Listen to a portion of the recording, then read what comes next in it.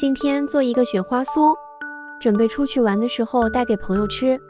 不粘锅内放入20克黄油，开最小的火搅拌至黄油融化，加入90克棉花糖，用铲子不停地翻拌，慢慢的它就会融化，一定是最小火不停地搅拌。等全部融化后，加入20克奶粉，继续搅拌至奶粉融化。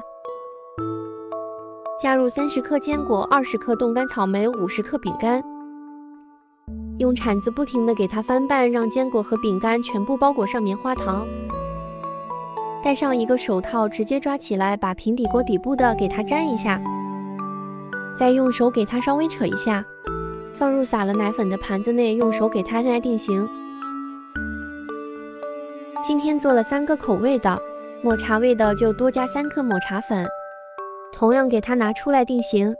还做了紫薯口味的，其他的配方都是一样的，就是多加3克紫薯粉。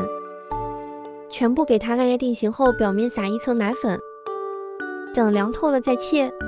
为了美观，把它的边边给切掉，再给它切成一小块一小块的，大小没有要求，自己怎么开心怎么来。